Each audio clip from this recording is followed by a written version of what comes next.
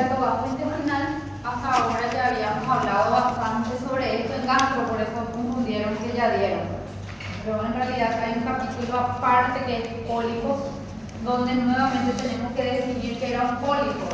Pólipo era una lesión sobrelevada de la mucosa que sobresale en la luz de un órgano hueco. A diferencia de formación polipoide, que era una lesión sobrelevada, pero era de la submucosa. Los pólipos clasificamos de acuerdo a su forma, a su naturaleza y a su ubicación. De acuerdo a su forma, dividíamos en dos: sésiles y pediculados. ¿Cuáles eran los que no tenían tallo aquí? Sésiles. Los pediculados son los que tienen un tallo. Luego tenemos, según su naturaleza, neoplásicos, que son aquellos que van a favorecer a la aparición de un tumor. Y los no neoplásicos son los que no tienen ninguna probabilidad de evolucionar a un tumor.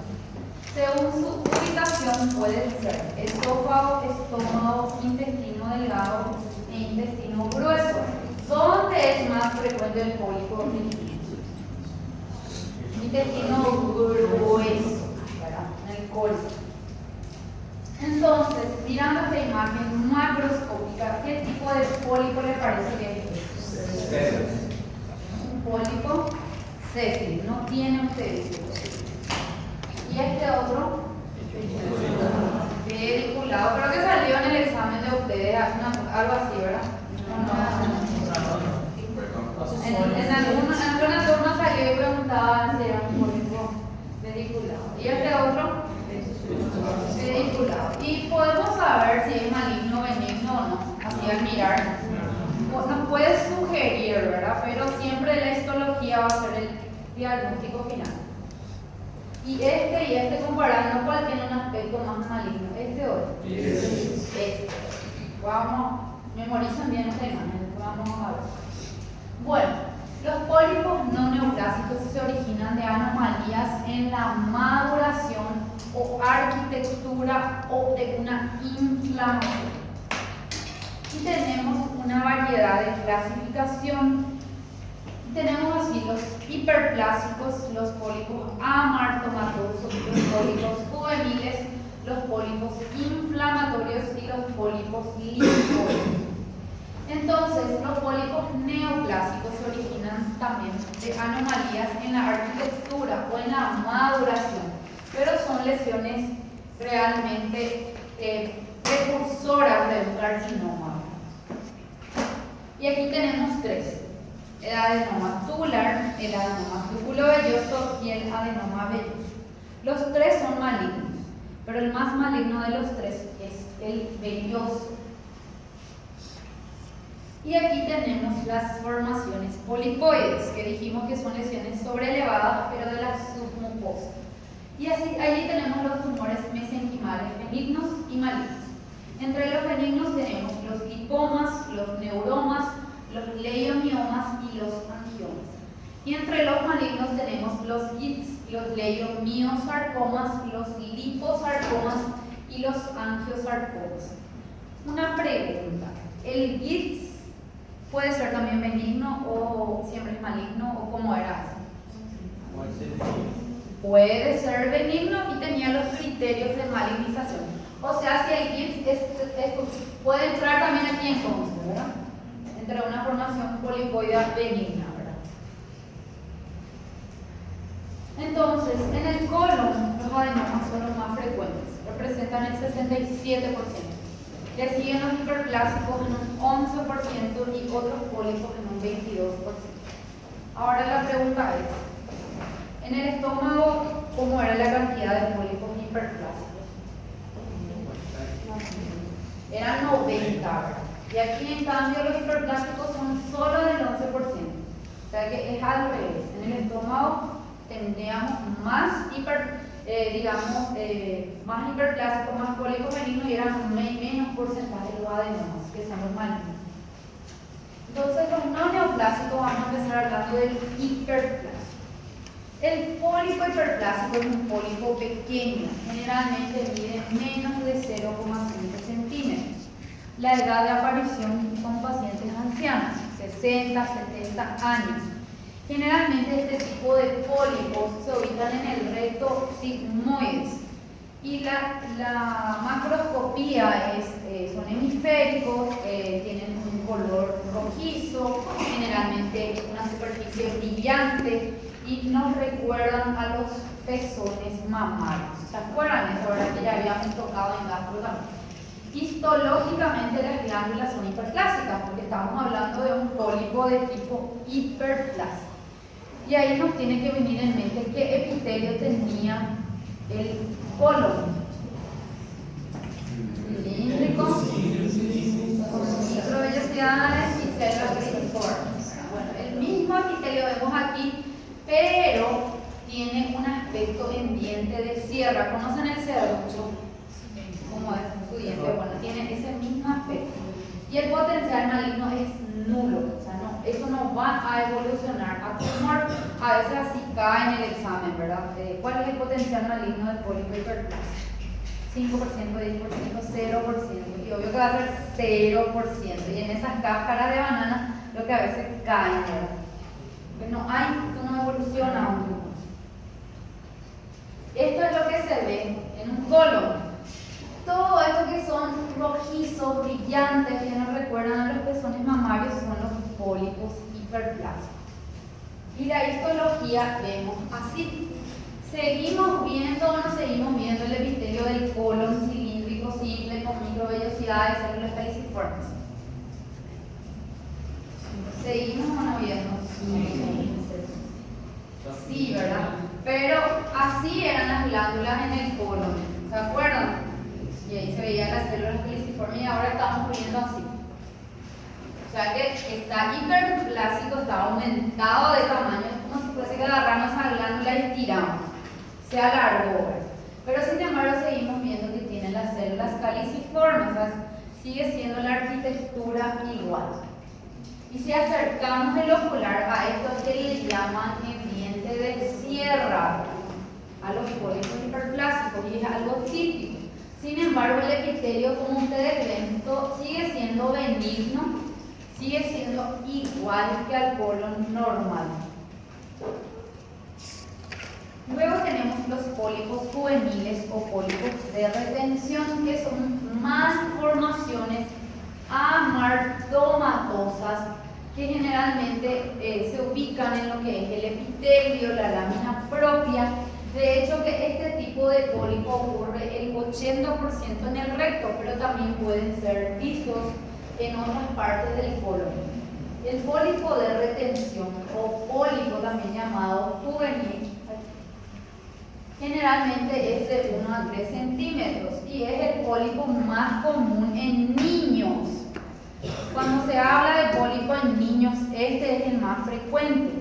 Generalmente es más frecuente en menores de 5 años, o sea, en niños pequeños.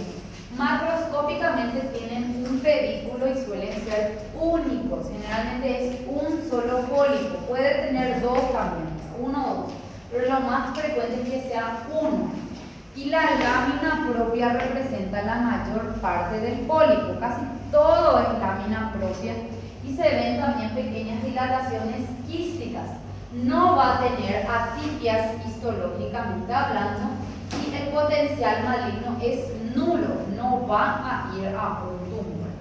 Excepto, lean bien, excepto cuando es una poliposis juvenil, cuando el paciente tiene 50 a 100 pólipos. Esos sí son precursores de adenocarcinoma. Ahora, surge ahí otra pregunta nuevamente.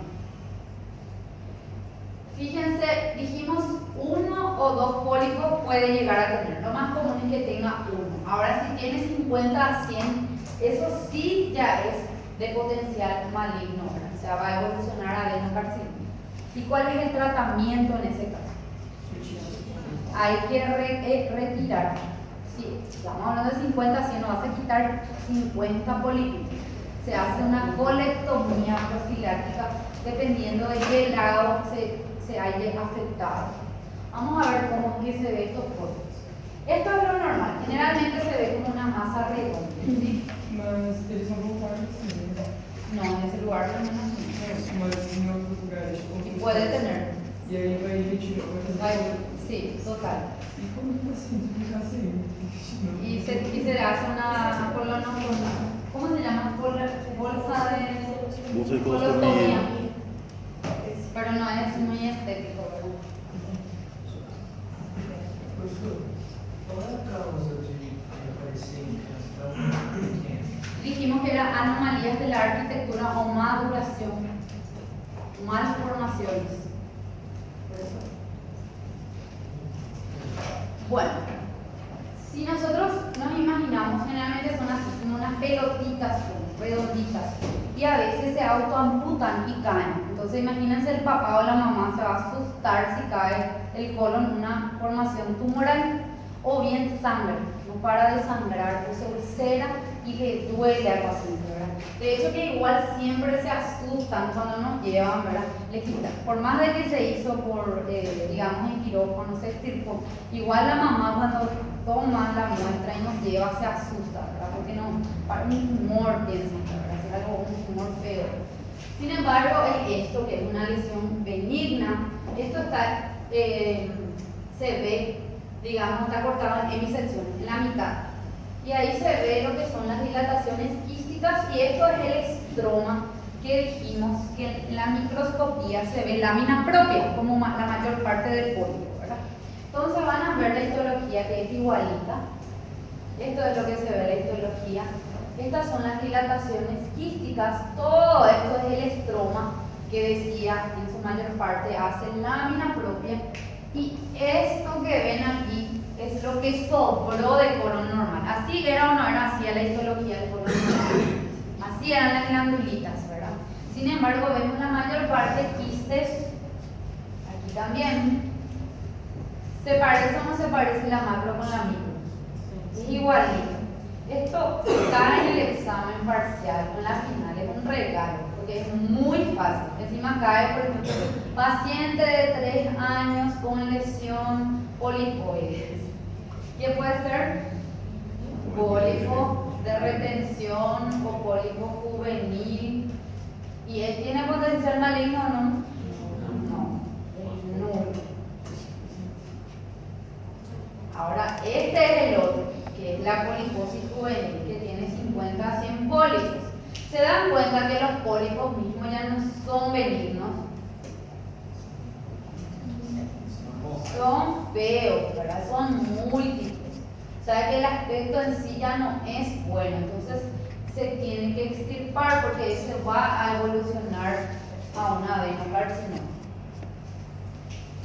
Bueno, entonces esos son pólipos juveniles, pólipo de retención, pólipo amartomatoso, tiene varios nombres, recuerden sus nombres.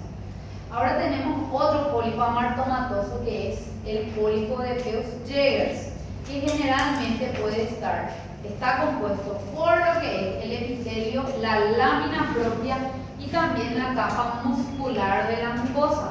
Pueden ser únicos o pueden ser múltiples o pueden hacer parte de lo que es el síndrome de Peutz-Jeghers.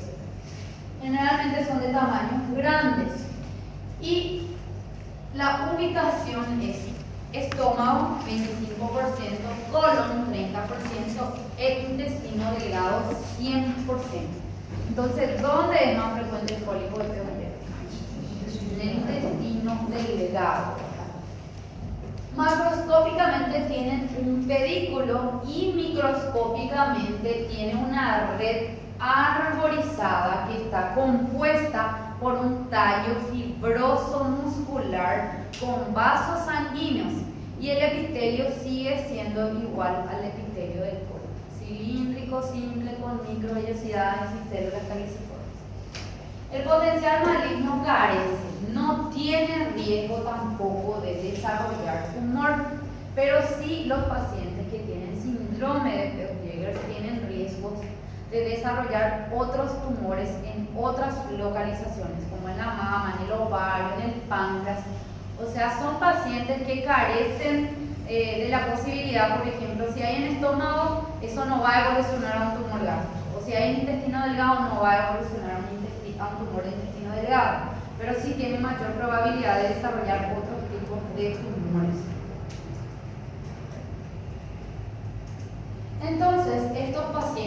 tienen este raro síndrome de Peutz-Jeghers, aparte de tener los pólipos que pueden estar distribuidos, dijimos, en estómago, intestino delgado, ¿verdad? Tienen también unas manchas pigmentadas, melanóticas, que no se sabe bien la causa, pero que aparecen alrededor de lo que es el orificio bucal, también alrededor de lo que es el orificio anal y en las palmas de las manos, que son típicas de este tipo de pacientes. Entonces se ven así las manchas pigmentadas. También estos pacientes son pacientes que tienen muchas pecas, pecosos, con sardas, pintas, ¿verdad? Y las palmas de las manos también presentan estas manchas. Esto, por ejemplo, también es muy fácil. Si caen en el examen, estos no se van a equivocar. No puede ser otro síndrome, ¿verdad? Es Peutz-Jeghers y Peutz-Jeghers. No hay otro síndrome, otra poliposis que ocasione esto. Es algo muy característico. Y la macroscopía, dijimos que nos recuerda una red arborizada. ¿Parece o no parece con un arbolito? Sí, parece con un arbolito, que esto es su tallo y esta es la red arborizada. Y esto sería el epitelio colónico normal. Así es que se ve a la macroscopía, la mucosa del colon, los pliegues colónicos. Y aquí tenemos lo que es la histología. A esto es que le llama la red arborizada, como si este que se ve en rosado sea el colágeno, ¿verdad? Que en otras palabras nos dijimos que es una red fibrosa muscular y que está tapizada por esto que nos recuerda, es o no es igual a las glándulas colónicas normales, es igual, solo que está en el contexto de lo que es una poliposis. Y este le parece aún más todavía lo que es una red arborizada, como si fuese el tallo fibroso, muscular, vascular, y que está tapizado por un epitelio cilíndrico, simple, con microvellosidades y células caliciformes. Luego tenemos otros tipos de pólipos, como los pólipos inflamatorios y los pólipos linfóides. Los pólipos inflamatorios ustedes vieron hace poco, no sé con quién doctor, hablaron sobre la colitis ulcerosa. Y los linfoides aparecen también más frecuente en niños como una hiperplasia de folículos linfoides. Esto que está aquí es una colitis ulcerosa. Se ven múltiples pólipos, pero en el contexto de una colitis ulcerosa.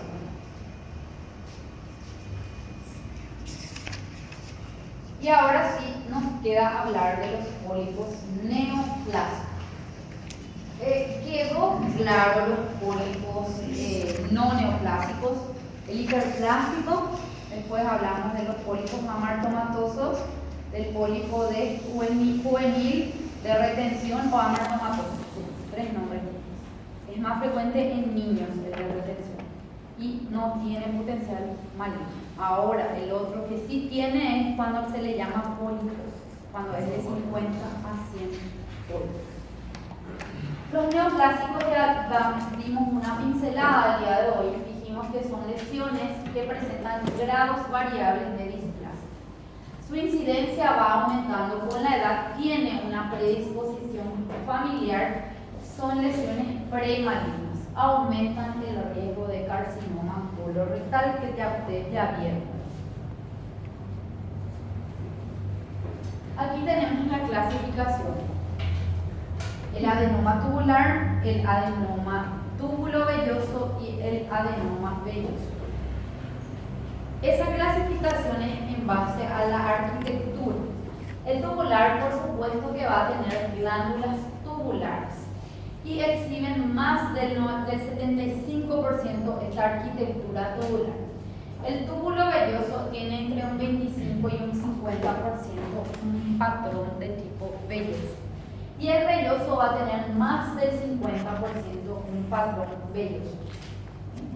Todas las lesiones tienen una displasia, ¿verdad? Por eso son ya lesiones premalignas.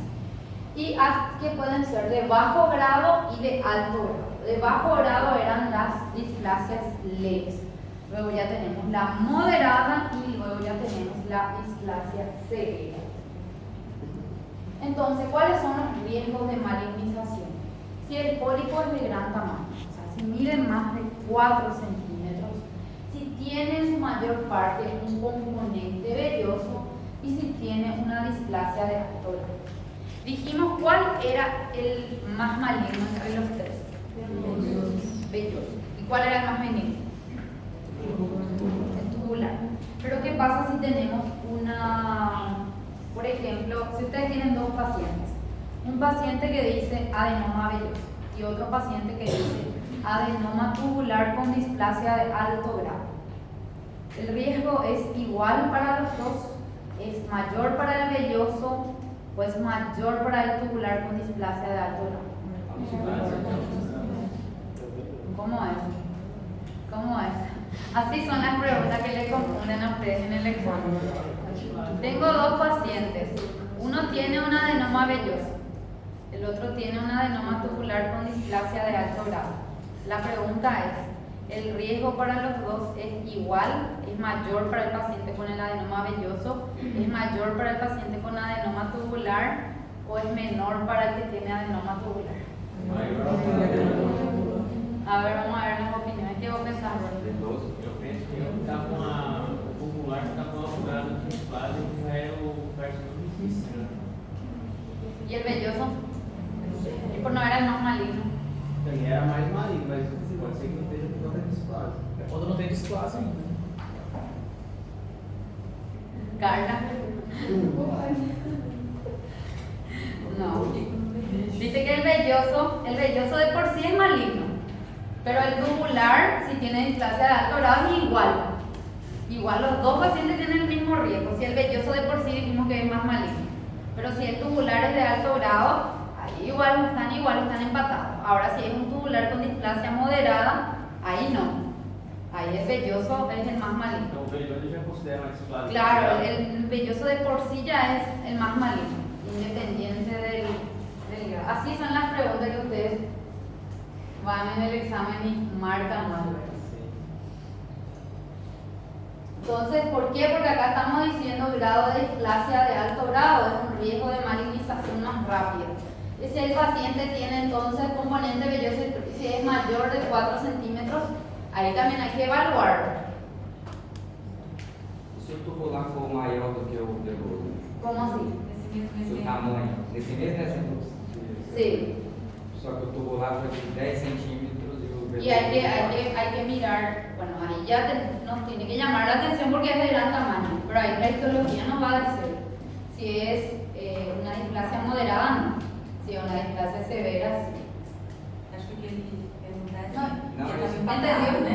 ¿Ya entendió? Ah, então, nesse caso, Mas vai vale a displasia. No. Vos Mas ves- quando é a displasia, se a gente... La displasia va a depender, igual si es de gran tamaño tenemos que hacer la histología. Si la histología es de alto grado, van a estar empatados igual. Pero si es de moderada la displasia, ahí no. Igual si es de gran tamaño. Esto me faltó. Dijimos que era más frecuente en el colon los adenomas. En el colon derecho e izquierdo están empatados en porcentaje, 40 y 40%. Ahora en el recto es un 20%. Tienen también gran asociación familiar, pueden ser únicos y múltiples, y a veces cuando son múltiples se pueden agrupar, incluso pueden enmascarar un tumor. Suelen medir menos de 1 centímetro. Entonces, la mayoría de los adenomas tubulares, 90% se encuentran en el colon. El resto puede estar distribuido en el estómago, en el intestino delgado y también en la vecindad de la ampolla de Barr. Generalmente tienen un pedículo y están compuestos por un epitelio adenomatoso que exhibe grados variables de displasia. Puede ser displasia leve, displasia moderada, displasia severa. Generalmente hacen lo que es, existe la displasia de alto grado, pero más frecuente es que sea una displasia de bajo grado. Por eso dice que el riesgo de malignización es bajo. Pero eso no siempre ocurre, a veces también es displasia de alto grado y entonces eso es sinónimo de carcinoma in situ. entonces se equipara con lo que es un adenoma velloso. Entonces esta era la imagen que hace rato memorizamos, ¿verdad? Dijimos que tenía un aspecto, nos sugería, ¿te acuerdas, Ronnie, que dijimos? Nos sugiere que esto es algo maligno, ¿verdad? Y evidentemente fue algo maligno. La histología después nos va a mostrar, en un ratito les muestro, esto es otro adenoma velloso, donde la histología vemos esto. ¿Se parece o no se parece todavía aquí al epitelio del colon normal? Es igualito a la histología del colon, pero les voy a mostrar dónde empieza a cambiar. Si nosotros aquí trazamos una línea imaginaria, se dan cuenta que aquí cumple lo que le llamamos displasia, que era distorsión de la arquitectura, en este caso glandular. Y se dan cuenta que aquí es más hipercromático que aquí abajo. Sí, ¿verdad? O sea que exactamente podemos delimitar a dónde está la displasia. Ahora, otro punto importante. ¿Qué grado de displasia podríamos decir sin observar los núcleos, sin ver los núcleos, así a simple vista? ¿Qué les parece? Grado 1, ¿verdad? Porque no hay tanta displasia, nos recuerda todavía el epitelio glandular. Sí vemos que está más hipercromático a partir de este punto, pero sin embargo, si nos fijamos bien, algunas tienen todavía células caliciformes incluso, porque los adenomas tubulares se caracterizan por ir perdiendo también las células caliciformes, como hay una distorsión arquitectural y funcional, y a eso se le llama hipocrimia, cuando hay una disminución de la secreción mucosa por parte de las células caliciformes. Y aquí tenemos dos imágenes espectaculares para estudiar la anatomía patológica, donde de un lado vemos, se dan cuenta que aquí es normal y aquí empieza a haber una distorsión, aquí es displasia. Fíjense aquí cómo se ve normalmente el colon, y aquí si apagas toditas las luces van a ver mejor. Mark Clay, que están en el fondo, apaga un poco todo. Ven ahí la diferencia. Aquí los núcleos están todos iguales. Aquí los núcleos están en varios estratos. Es como si fuese un epitelio pseudoestratificado. ¿Se acuerdan el epitelio pseudoestratificado de esto? Que los núcleos están en diferentes lugares. Eso es típico de las displasias. Aquí no, aquí todos los núcleos están en la base. Aquí también incluso parece como que van ocluyendo la luz de las glándulas, y así se veían una glándula normal. Aquí está más hipercromático que aquí. También hay mayor hipercromasia. O sea que de este lado estamos viendo una displasia y de este lado estamos viendo un colon normal. Ahora, en este otro, ¿sigue habiendo displasia o no? Sigue habiendo displasia. Hay núcleos en diferentes lugares. Se dan cuenta que esta glándula, por ejemplo, casi no tiene células caliciformes. Esta otra sigue todavía teniendo varias. Aquí también ya se va perdiendo, hay escasas células caliciformes. Ahora sí les pregunto, ¿qué gradación tendría esto? ¿Displasia de qué grado sería esto?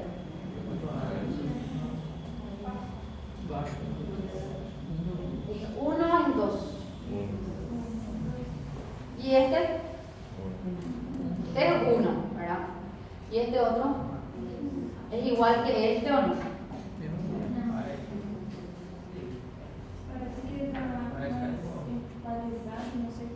También, pero hay algún rango también que es importante. Algunas glándulas ya empiezan a estar espalda con espalda. ¿Se acuerdan que cuando las glándulas están juntitas ya pasa a un grado 2?